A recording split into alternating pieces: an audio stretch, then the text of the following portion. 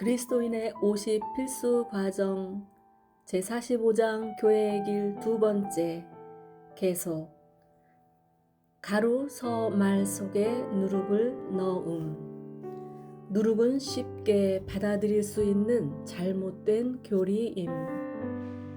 누룩은 잘못된 교리를 가리켜 말한 것이다. 주 예수님은 바리새인들의 누룩과 사두개인들의 누룩을 언급하신 적이 있다. 마가복음 8장 15절에 또한 헤롯의 누룩이 있다. 그러므로 성경에서 누룩은 잘못된 교리를 가리켜 말한다. 레위기 2장 1절을 보면 가루가 하나님의 백성의 양식이며 특별히 주 예수님을 가리켜 말한다는 것을 매우 분명히 알 수 있다. 하나님의 말씀은 주 예수님께서 하나님의 백성의 양식인 가루이심을 우리에게 보여준다. 결코 이 속에 누룩을 넣어서는 안 된다. 이스라엘 백성이 애굽에서 나올 때 하나님은 그들에게 무교병을 먹으라고 요구하셨다. 가루 속에 누룩을 넣는 것은 우리의 음식이신 주 예수님을 더럽히는 것이다. 원래는 고운 가루였으나 이 속에 이제 누룩을 넣었다. 가루 속에 누룩을 넣을 때 어떤 작용이 일어나는가? 누룩을 넣지 않은 전병은 매우 단단하며 먹기가 어렵다. 딱딱하고 무거워서 먹기가 쉽지 않다. 그러나 누룩으로 발효시키면 아주 부드럽고 먹기 좋게 된다. 그러므로 누룩은 떡을 입에 맞고 먹기 좋게 한다. 많은 사람들은 주님을 영접하고 진리를 받아들이는 것에 대하여 너무 딱딱해서 먹기가 어렵다고 말한다. 구약의 예표를 볼 때 가루는 특별히 주님의 생명을 가리켜 말한 것이 분명하다. 어떤 사람들은 이것이 너무나 무겁고 딱딱하며 단단하기 때문에 받을 수 없다고 말한다. 그러나 일단 이 여자가 많은 이단 곧 누룩을 교회 안에 가져와서 발효시켰을 때 많은 사람들이 주님을 편리하게 영접하게 되었다. 교회 안에 세상과 각종 이단과 교리를 가지고 들어올 때 주 예수님을 영접하는 것은 매우 쉬운 일이 되어버린다. 오늘날에는 교리를 믿기가 매우 쉬워졌다. 이것이 로마 천주교가 행한 것이다. 혼란된 이단. 교회 진리에 있어서 위와 같은 상태는 일종의 대혼란이다. 그 혼란은 세상과 교회가 섞이고 은혜와 율법이 섞이며 믿는 이와 믿지 않는 이가 섞인 지경에까지 이르렀다. 뿐만 아니라 공의와 자비가 섞이고 이교와 기독교가 섞였다. 또한 종교와 정치가 섞였다.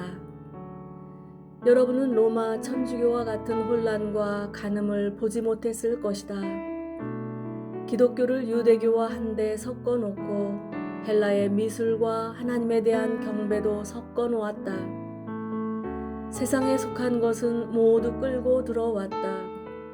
이것이 공중에 나는 새가 들어온 것이다. 누룩을 가루 속에 넣었을 때 가루는 아주 가볍고 부드럽게 되어 누구나 받아들일 수 있게 되었다. 누구든지 세례를 받기만 하면 들어올 수 있다. 죄가 있어도 면죄부를 사면 된다. 이로써 이 생의 죄악도 해결할 수 있고 내세의 연옥도 해결된다. 여러 가지 이단들이 다 들어왔다.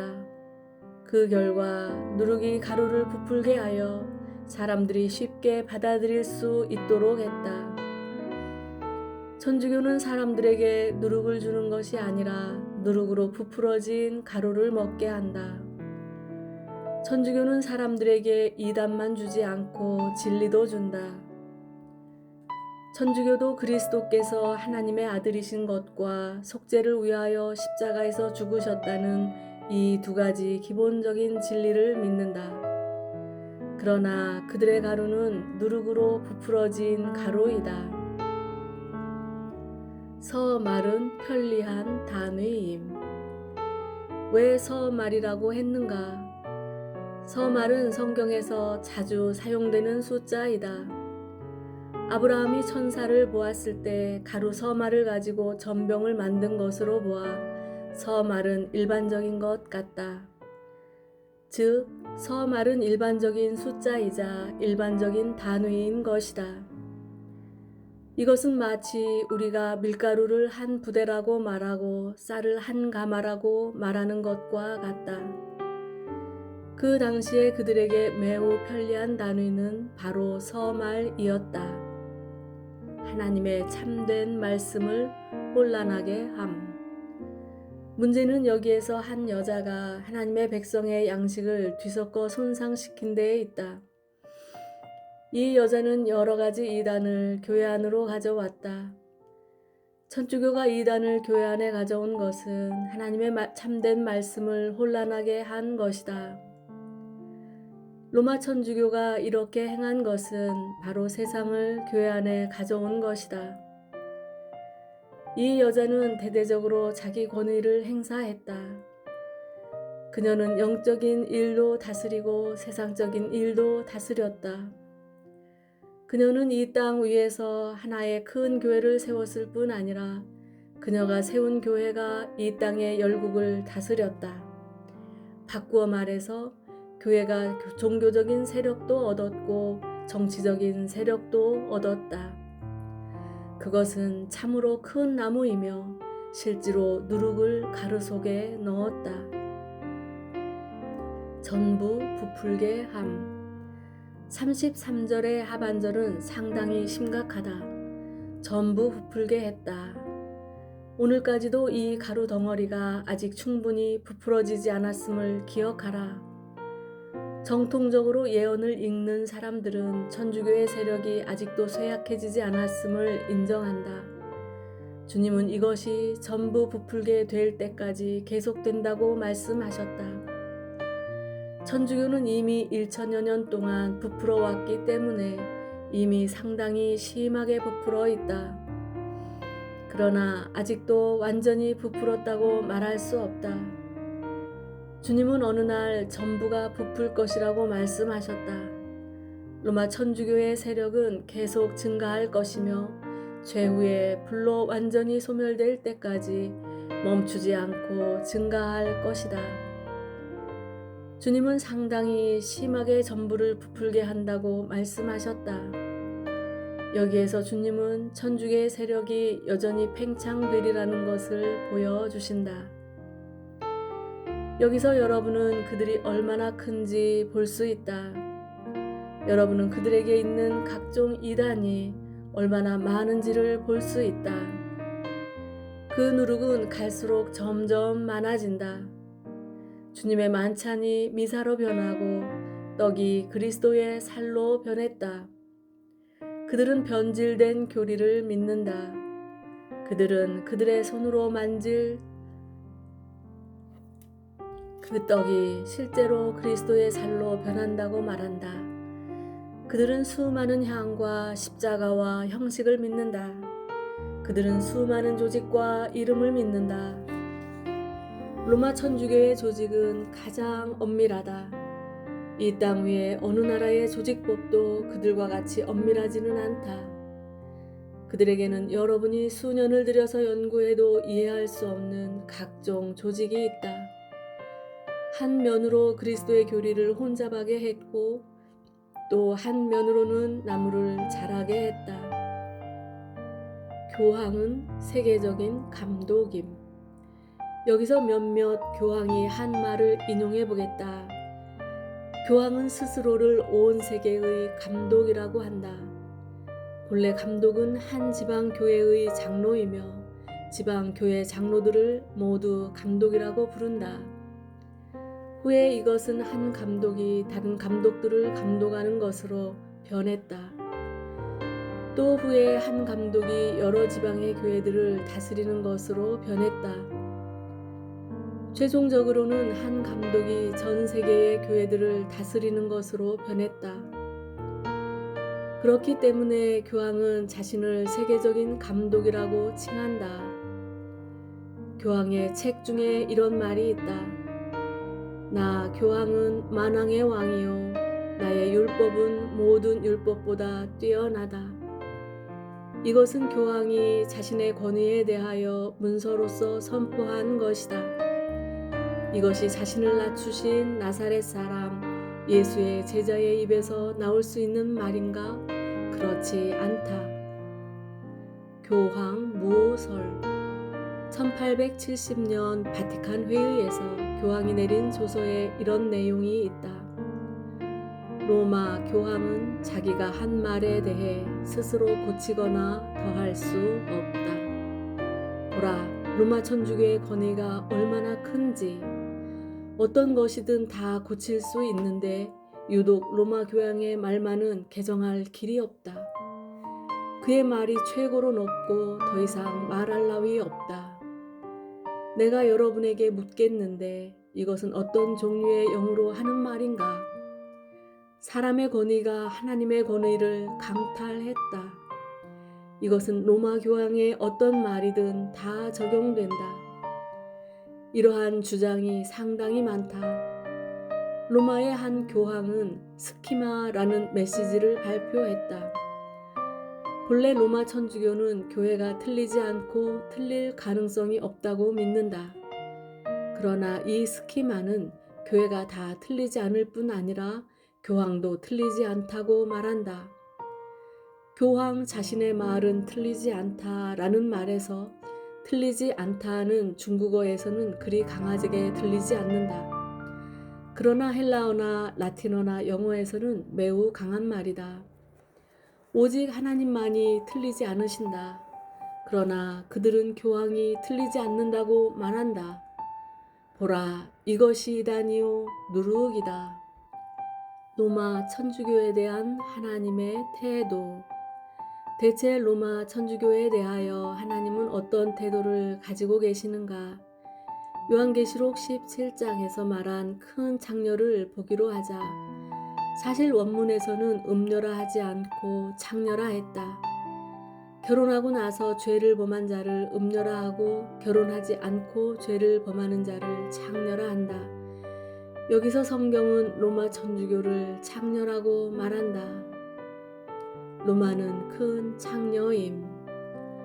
18절은 내가 본 바 여자는 땅의 임금들을 다스리는 큰 성이라 라고 말하고 9절은 지혜 있는 뜻이 여기 있으니 그 7머리는 여자가 앉은 7산이요 라고 말한다.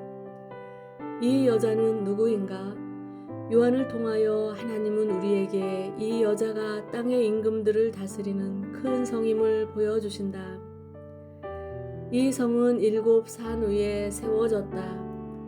이 성 위에 한 여자가 앉아있다. 이 세상에 7산의 성이라 불린 성은 하나밖에 없는데 그것은 바로 로마이다. 큰 성에 대하여 사람들은 종종 다른 이름을 지어준다. 예를 들면 광저우는 해라 칭하고 상하이는 호라 칭한다. 로마 성의 또 하나의 이름은 7산의 성이다. 그뿐 아니라 로마 성에서 열린 수많은 경기에서 운동선수들이 이겼을 때 받는 금메달이나 은메달 뒤에는 2000년 동안 항상 7산이 새겨져 있었다. 가이사가 발행한 돈도 한 면은 가이사의 상이고 다른 면은 7산의 상이다. 7산이 로마성의 다른 이름이라는 것을 기억하라. 요한계시록 17장은 이 여자가 7산 위에 앉아있음을 보여준다. 이 여자는 7산 위에 세워진 땅의 임금들을 다스리는 큰 성이다. 이것은 이 여자가 로마성을 가리킨다는 것을 매우 분명히 보여준다. 종교적인 로마와 정치적인 로마. 한 가지 문제가 있다. 여기서 여자가 로마성을 가리킨 것은 사실이지만 그것이 정치적인 로마성인가? 종교적인 로마성인가? 두 가지의 로마성이 있는데 이 여자는 대체 로마 천주교의 로마성을 가리키는가? 로마 제국의 로마성을 가리키는가? 해설을 조금 보태면 무슨 뜻인지를 알게 될 것이다. 3절과 4절은 이렇게 말한다. 곧 성령으로 나를 데리고 광야로 가니라. 내가 보니 여자가 붉은 빛 짐승을 탔는데 그 짐승의 몸에 참남한 이름들이 가득하고 7 머리와 10 뿔이 있으며 그 여자는 자줏빛과 붉은 빛 옷을 입고 금과 보석과 진주로 꾸미고 손에 금잔을 가졌는데 가증한 물건과 그의 음행에 더러운 것들이 가득하더라. 여기에서 여러분은 우리 눈앞에 여자와 짐승 2가지가 놓인 것을 볼 수 있다. 여자는 짐승 위에 탔고 짐승에게는 7 머리와 10 뿔이 있다. 이 짐승의 7 머리는 7 왕이다. 이 10 뿔도 10 왕이다. 7 왕은 큰 왕들이고 10 왕은 작은 왕들이다. 여기에 왕은 헬라에서 큰 왕과 작은 왕으로 구분된다. 성경을 읽는 사람들은 이 짐승이 로마 제국이라고 생각한다. 만일 짐승이 7 왕과 10 왕을 포함한 로마 제국이라면 이 여자는 당연히 종교적인 로마이다. 왜냐하면 로마는 오직 2가지, 곧 로마 제국과 로마 천주교, 정치적인 로마와 종교적인 로마밖에 없기 때문이다.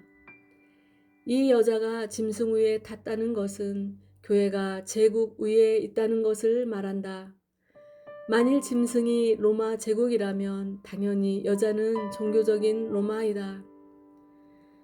여기서 하나님의 영은 로마가 과거에는 어떠했고 오늘날에는 어떠하며 또 장래에는 어떠할 것인지를 보여주신다. 이것에 대한 하나님의 말씀은 분명하다. 자줏빛과 붉은 빛. 그 여자는 자줏빛과 붉은 빛 옷을 입고 에서의 자주색은 왕의 색상이다. 교황은 처음부터 자신을 왕이라고 칭했고 자신을 왕으로 인정했다. 동시에 로마에 가본 사람은 누구나 붉은색이 로마의 특별한 색깔이라는 것을 안다. 추기경을 뭐라고 부르는가? 곧 홍해주교라 부르는데 그들은 겉에 붉은색 가운을 입고 속에도 붉은색 옷을 입으며 양말까지도 붉은색으로 한다. 그리고 교황의 차도 붉은색이다. 그의 시위대 중 4분의 3이 붉은색 옷을 입고 있다. 그의 양탄자도 붉은색이다. 교황이 외출할 때 그가 가는 길에는 붉은색 양탄자를 깐다. 로마에서 여러분은 붉은색으로 가득한 것을 볼 수 있다. 한 면으로는 자색 옷을 입었고 또 한 면으로는 로마와 같이 붉은색으로 가득한 나라가 없다. 금과 보석과 진주로 꾸밈. 금과 보석과 진주로 꾸미고 로마 성처럼 그렇게 많은 금과 보석과 진주가 있는 성은 찾기 어렵다. 로마의 예배당과 그 안에 있는 상과 교황의 모든 장식품과 면류관은 완전히 금과 보석과 진주로 만들어진 것이다. 예를 들면 교황이 소유한 다이아몬드는 그 가치가 83만 3천 파운드나 되며 그것은 크루거 다이아몬드라고 불린다. 교황에게는 2 관이 있음. 교황은 취임할 때 2 관을 쓰는데 하나는 그가 교회의 왕이 된 것을 대표하고 또 하나는 그가 세상의 왕이 된 것을 대표한다. 교회의 왕이 된 것을 대표하는 관은 마이터라고 부른다.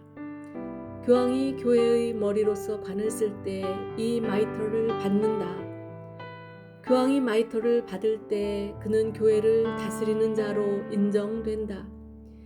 이어서 그에게 다른 관을 씌우는데 그것을 티아라라고 한다. 이것은 금으로 쳐서 만든 7층의 관이다. 이것은 그가 온 땅의 왕이 되었음을 대표한다. 이 땅 위에서 주 예수님께서 아직 왕국을 세우지 않으셨는데 이미 1000여 년 동안 왕이 된 사람이 있다. 여러분은 아직 왕국을 보지 못했지만 이미 왕이 있다. 이 티아라 관에는 146개의 보석과 540개의 진주가 박혀 있으며 이것들은 모두가 크고 매우 진귀한 것들이다. 성 베드로 대성당과 바티칸 성.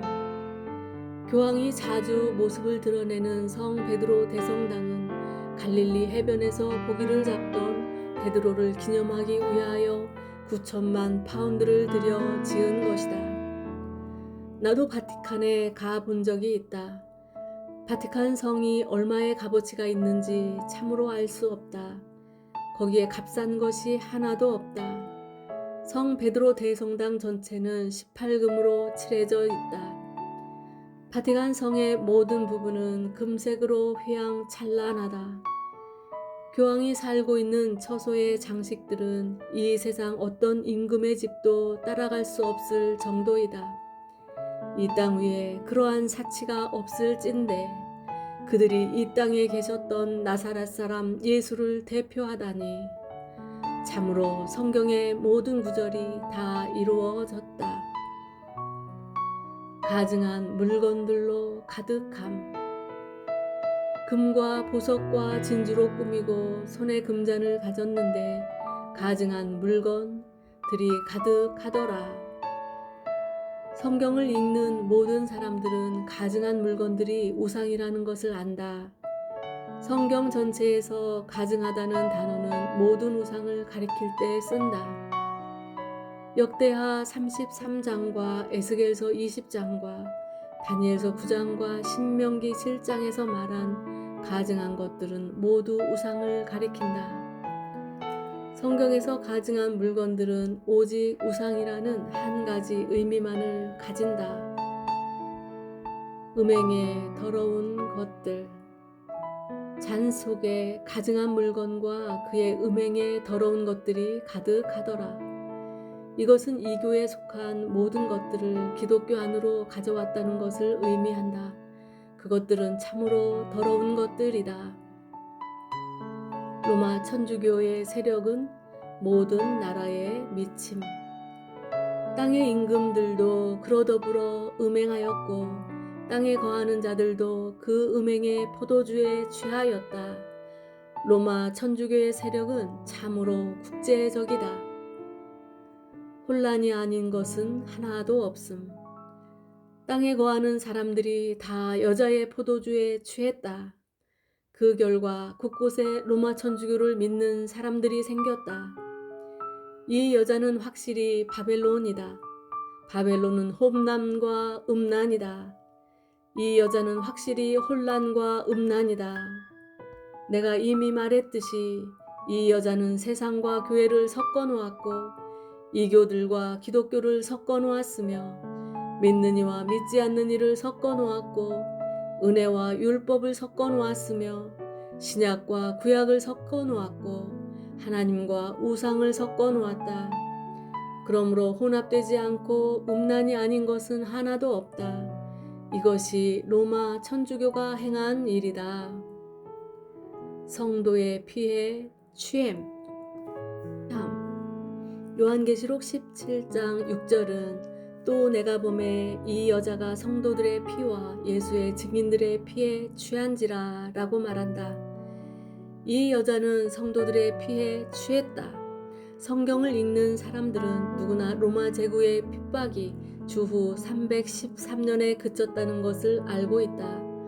그러나 로마 천주교의 핍박은 오늘 1948년까지도 그치지 않았다. 다른 책은 말할 것도 없고 폭스가 저술한 순교사라는 책만 보더라도 로마 천주교가 사람들을 얼마나 학살했고 로마 제국이 사람들을 얼마나 학살했는지를 볼 수 있다. 사실로 말한다면 로마 천주교에 의해 죽은 사람들이 로마 제국에 의해 죽은 사람들보다 훨씬 많다. 스페인의 핍박. 역사를 아는 사람은 누구나 스페인에서 있었던 핍박을 안다. 그들은 예수님을 믿는 사람들을 이단자들이라고 말하면서 12개월 만에 1220명을 불로 태워 죽였다. 또 역사를 아는 사람들은 누구나 종교 재판에서 얼마나 많은 사람들이 죽었는지를 알 것이다. 그들은 예수 믿는 사람들을 다 죽였다. 로마 천주교 밑에 있는 모든 사람들과 모든 재판관들은 교회의 명령을 준수한다. 교회 자체적으로는 직접 사람을 죽이지 않았다. 교회가 어떤 사람을 죽이고자 하면 그 사람을 법원에 보내어 죽게 한다. 교회가 사람을 죽일 수 없기 때문에 천주교는 지방 정권에서 이 일을 집행하게 했다. 교황의 27가지 저주. 매주 목요일에 교황은 그들이 이단으로 보는 사람들을 반대하기 위하여 항상 27가지 저주에 대하여 말한다. 자세하게 구분하면 그 저주는 27가지 이상이다. 교황은 이단에 속한 모든 사람들을 저주한다. 저주한 다음에는 큰 횃불을 피우고 땅에 던져 불을 꺼버린다. 이것은 이단을 믿는 모든 사람들은 영원한 멸망을 받아야 한다는 것을 의미한다. 로마 천주교가 말한 모든 이단은 바로 우리들이 가지고 있는 신앙이라는 것을 기억하라. 믿는 이들을 핍박하기로 맹세함. 마르틴 루터 시대 이후로 로마 천주교의 모든 감독들은 그들의 선언서에 이단을 믿는 사람들을 핍박한다는 조항을 포함시켰다. 바꾸어 말하면 로마 천주교는 우리와 같은 신앙을 가진 모든 사람을 핍박한다는 것이다. 로마 천주교의 아주 유명한 성 토마스 아퀴나스라는 사람은 이렇게 말했다. 당신이 이단에 속한 사람에게 2번 권면한 후에는 그를 세상 관원들에게 맡겨서 멸할 수 있다. 그들은 스스로 일을 처리하지 않고 지방 관원들에게 이것을 맡겼다. 로마 천주교는 성 토마스 아퀴나스의 말을 성령의 계시를 직접 받은 말이라고 공인한다. 여러분은 이러한 상황들이 이미 지나갔다고 생각하지 말라. 그렇지 않다. 오늘날에도 여전히 이러한 상황이 있다. 눈 있는 사람들은 로마 천주교가 다시 되살아남을 보게 될 것이다. 사람을 죽이라는 율법의 명령과 조서. 로마 왕실의 율법에는 이렇게 쓰여 있다. 세상의 모든 왕들은 자기가 있는 성에서 모든 이단자들을 진멸해야 한다. 그렇지 않으면 추방되거나 보좌를 잃게 될 것이다. 로마 교황 홀로네시스 3세와 이그나스 4세와 알렉산더 3세 등 몇몇 교황들은 로마 천주교의 모든 사람들은 마땅히 모든 이단자들을 완전히 소멸시켜야 한다는 조서를 내린 적이 있다. 교황 그레고리 13세는 찰스 9세에게 만일 당신의 나라가 경건함을 지키고 종교심을 유지하려면 온 땅에서 이단을 믿는 사람들을 회파하고 그들을 깨끗이 제거해야 한다라고 말했다. 1895년 7월 13일자 영국 일간지 타임즈는 교황의 다음과 같은 말을 실었다. 만일 당신이 개신교에 속한 한 사람을 암살했다면 이것은 로마 천주교의 한 사람을 암살한 죄를 속량할 수 있다. 이것이 교황이 한 말이라니. 또한 어떤 교황은 신부의 명령을 받들어 사람을 죽이는 것은 살인이 아니라고까지 말했다. 이것이 로마 천주교의 율법과 명령이다. 성도의 피의 사적. 마드리드. 심지어 가까운 1809년 스페인의 수도 마드리드에서 개신교의 많은 사람들, 곧 소위 이단에 속한 사람들이 학살되는 것을 목격한 사람들이 있었다. 방금 죽임을 당한 사람도 있었고 죽은 사람 중 어떤 이는 뼈 몇 조각밖에 남지 않았다. 어떤 이는 아직 살아 있었으며 어떤 이는 이미 죽어 있었다고 했다. 남녀노소가 다 있었는데 심지어 70세 된 노인까지도 있었다. 어떤 사람은 온몸이 벌거벗긴 상태로 감옥에 갇혀 있었다. 형을 집행할 때 사용된 기구들은 오직 사탄과 사람이 연합해야만 발명해낼 수 있는 것들이었다. 이것이 그리 오래지 않은 1809년 마드리드에서 있었던 상황이었다. 로마 성. 1848년 이탈리아 대혁명이 일어났을 때 로마 성에 있는 큰 건물 안에서 한 무더기에 뼈를 찾아냈는데 그 안에는 2개의 난로가 있었으며 다 타지 않은 뼈들로 가득 차 있었다. 그들이 개신교 신자들을 처리하는 다음과 같은 방법이 있었다. 활차로 사람의 다리를 거꾸로 매달고 가는 배로 만든 끈으로 사람의 몸을 묶고서 나사를 세게 조여 끈이 사람의 살 속에 파고 들어가도록 한다. 그리고 천장에서 물방울을 떨어뜨려 형벌 받는 사람의 입가를 적시게 하고는 공기가 통하지 않도록 천으로 사람의 입을 막아 호흡하지 못하게 한다. 개신교가 일어난 후에 로마 천주교는 개신교를 대적하기 위해 1540년에 예수회를 설립했다. 그들은 로마 한 지방에서만도 주님을 믿는 사람들 190만 명을 이상을 죽였다. 오늘날까지도 핍박은 계속됨. 1901년 교황 레오 13세가 로마에서 쓴 한 편의 글에는 이러한 내용이 들어있다. 하나님에게서 교회 곧 로마 천주교는 권위를 부여받았다. 로마 천주교는 이단에 속한 모든 사람들의 재산을 강탈하고 이단자를 감금하며 불 속에 넣어 태울 권한을 갖고 있다. 그러므로 로마 천주교가 하나님의 자녀들을 계속 핍박하고 있다는 것을 기억하라. 전에 나는 이런 종류에 관한 일들을 특히 순교사라는 책에서 많이 읽었다. 미국과 독일과 스페인과 그 밖에 여러 곳에서 많은 사람들이 천주교의 심한 박해를 받았다. 천주교는 예수님을 믿는 사람들에게 이단자라는 이름을 붙였다. 또한 예수를 믿는 사람들은 이단자이므로 죽음의 대우를 받아야 한다고 말한다. 이 여자가 성도들의 피와 예수의 증인들의 피에 취한지라. 이 성경 구절은 참으로 사실이다. 이것이 오늘날까지 계속된 로마 천주교의 핍박이다.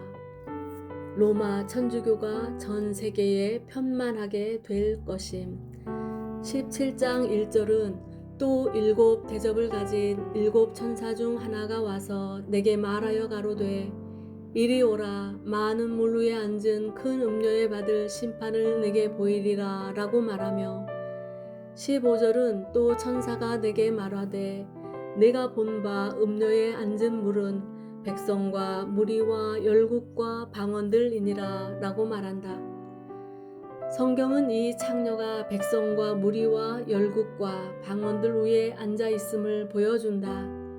이것은 로마 천주교의 대제적인 팽창을 말한다.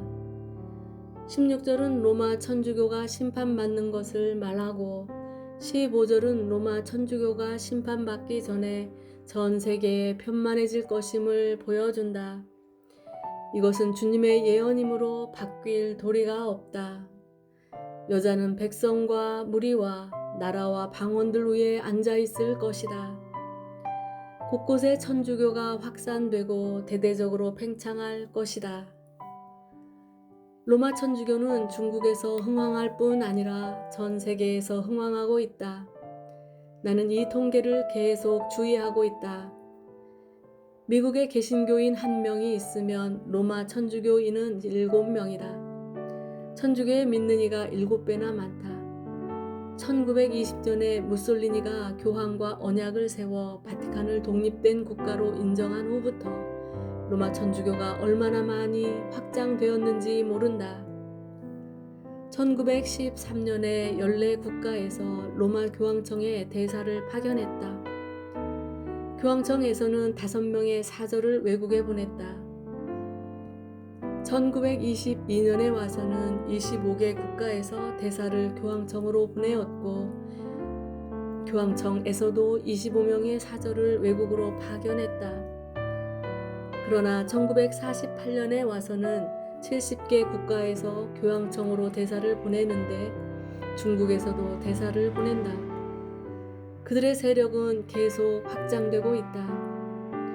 오늘날 이 여자가 여전히 이곳에 있다. 얼마 후 이 여자는 적그리스도에게 시집 갈 것이다. 이 여자는 짐승 위에 타고 있다. 3절 상반절에서는 여자가 짐승 위에 탔다고 했는데 이것은 천주교가 적그리스도를 지휘함을 말한다. 얼마 후 적그리스도는 이 여자를 패할 것이고 열왕이 일어나서 창녀를 망하게 하며 벌거벗기고 그 살을 먹고 아주 살을 것이다. 이것이 대환란 시작 때에 창녀가 맞게 될 결국이다. 하나님의 백성에 대한 그분의 명령. 로마 천주교에서 나와야 함. 천주교에도 구원받은 사람이 있음을 기억하라. 결코 천주교 안에 구원받은 사람이 없다고 생각하지 말라. 왜냐하면 천주교는 여전히 두 가지 사실, 즉 그리스도께서 하나님의 아들이신 것과 사람을 대신하여 죽으신 것을 지키고 있기 때문이다. 하나님은 말씀하시기를 내 백성아 거기서 나와 그의 죄에 참여하지 말고 그의 받을 재앙들을 받지 말라라고 하신다. 호기심을 품지 말아야 함. 내가 여러분에게 이것을 말하는 것은 여러분에게 이 땅에서 무슨 일이 일어날 것인가를 보게 하기 위한 것이다. 언젠가는 로마 천주교의 세력이 팽창할 것이기 때문에 우리는 방비해야 한다. 결코 호기심으로 그들을 접촉하지 말라. 한 면으로 우리는 그들을 알아야 하지만 또 한 면으로는 그들을 접하지 않는 것이 우리가 가져야 할 두 가지 태도이다. 하나님은 그분의 자녀들이 로마 천주교의 일을 접하는 것을 금하신다. 하나님은 요한계시록에 나오는 여자를 음녀라 하지 않으시고 창녀라고 하셨다.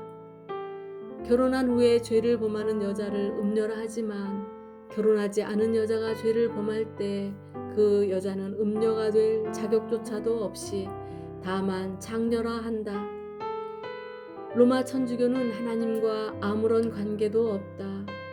오늘날 한 여자가 교회를 가르치고 가로서 말 속에 누룩을 넣으며 적그리스도 곧 로마 제국 위에 타고 있다. 하나님은 이 여자를 큰 창녀라고 하신다. 그러므로 주님을 믿는 각 사람은 우리나 그들이나 다 주 예수님을 믿기 때문에 별 차이가 없다고 생각해서는 안 된다. 우리는 로마 천주교와 근본적으로 왕래할 수 없다는 것을 인식해야 한다. 우리의 문을 꼭 닫고서 그들 가운데 들어가서는 안 된다. 그들에게 호기심을 품지 말라.